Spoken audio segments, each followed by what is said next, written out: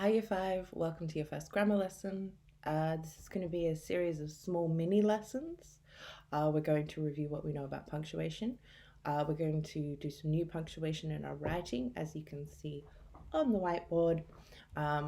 You can see that we've got a couple of things we're going to be working on. We're going to look at appropriately using an apostrophe, doing quotation marks, a colon, and due to your feedback, we're also going to be looking at a semicolon because a lot of you said that that was something you were interested in learning. We're going to look at brackets and ellipses, and then we're just going to make sure that we are writing fantastic stories, and we're also going to be looking at some letter examples and how to write letters to each other that people would want to read, but also that can be read well. So let's get started. All right, so for our first mini lesson, we're just going to have a quick look at these 5 pieces of punctuation. We've got capital letters, full stops, commas, question marks, and exclamation marks. So nice and easy. Rule for capital letters: place capital letters at the beginning of the sentence, so it doesn't matter what word it is. It's at the beginning of the sentence, it gets capital letter. For proper nouns and titles, we are also going to use capital letters. We're going to use uppercase letters on the first letter of the word only.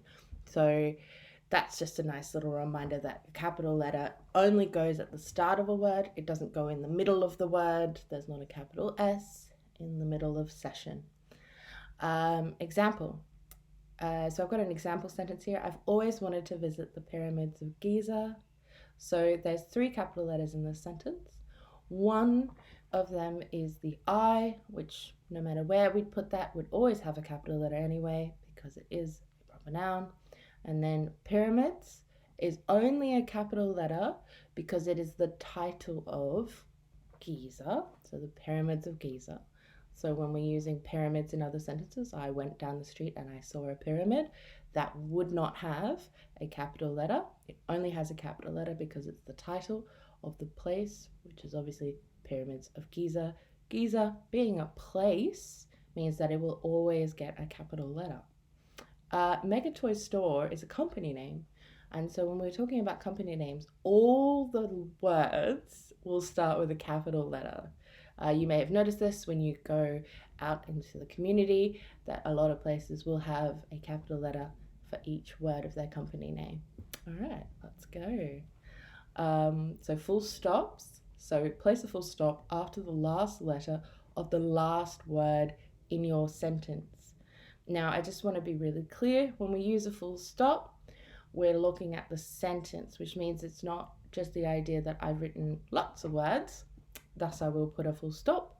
A full stop must end your idea in which you were making during the sentence. This one's very easy. Add a space after the full stop.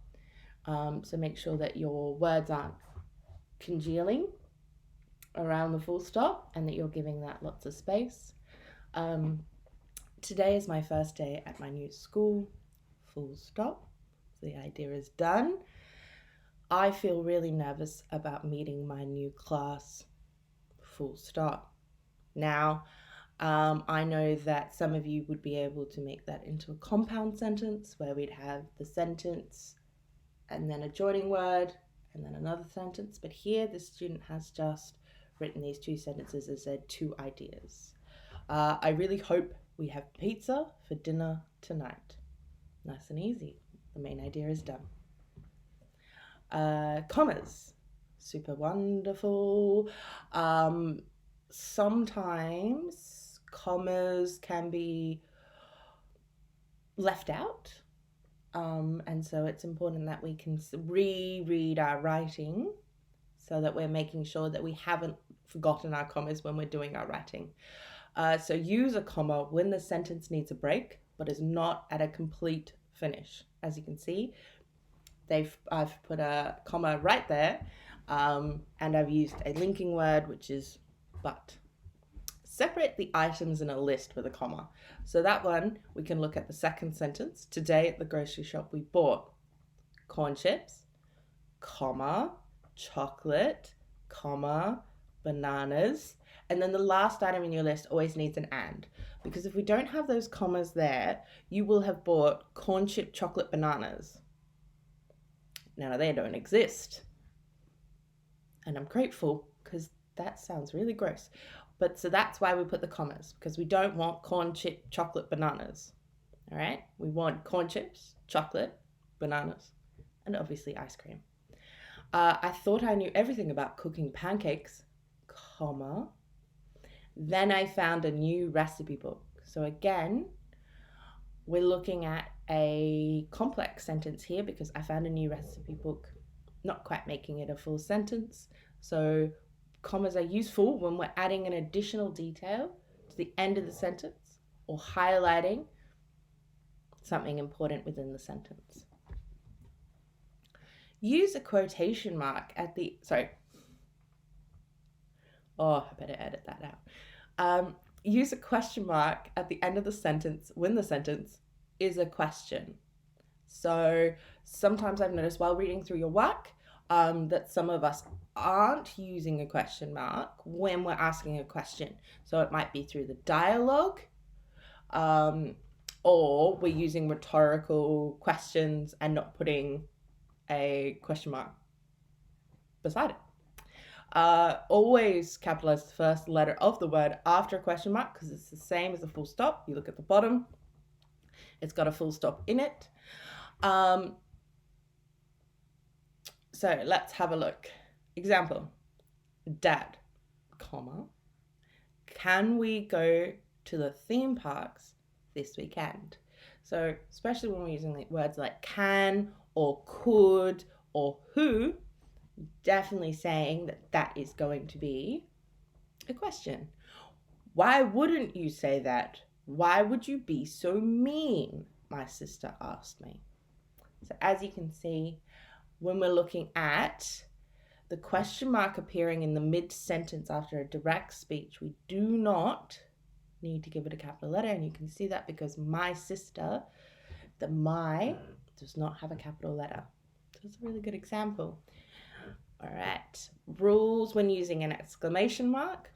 Use an exclamation mark in place of a full stop when you want something to be said loudly or with excitement. Again, it's got the full stop at the bottom, so you can use it as a full stop.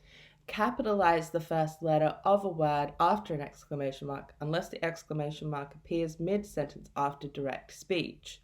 So let's go and have a look at that one again because that's the same with questions. If you go to the second example, wow, comma, I can't believe you just did that for me. Exclamation mark, because they're exclaiming something. They're saying it loudly or with excitement. And I think this one, with my teacher said joyfully, I think that would be more excitement rather than loud. So, wow, I can't believe you just did that for me. See how I'm using that exclamation mark to emphasize my reading. Very happy teacher, obviously. And my teacher, not a title, not a pronoun, so a lowercase m. Then this is a really good example, which sometimes I can see in writing, is crash, bang on that third example. The letters of the word are only capitalized at the beginning, okay? So the exclamation mark is telling you that that is a loud thing.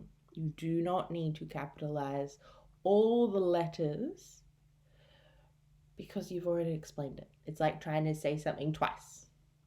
We can just say it once and use it properly. All right.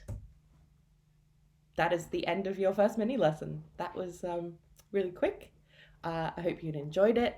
Again, if there's any feedback or any questions, don't hesitate to get in contact or ask your family to assist you. The next mini lesson will be on the apostrophe. All right. Thanks very much.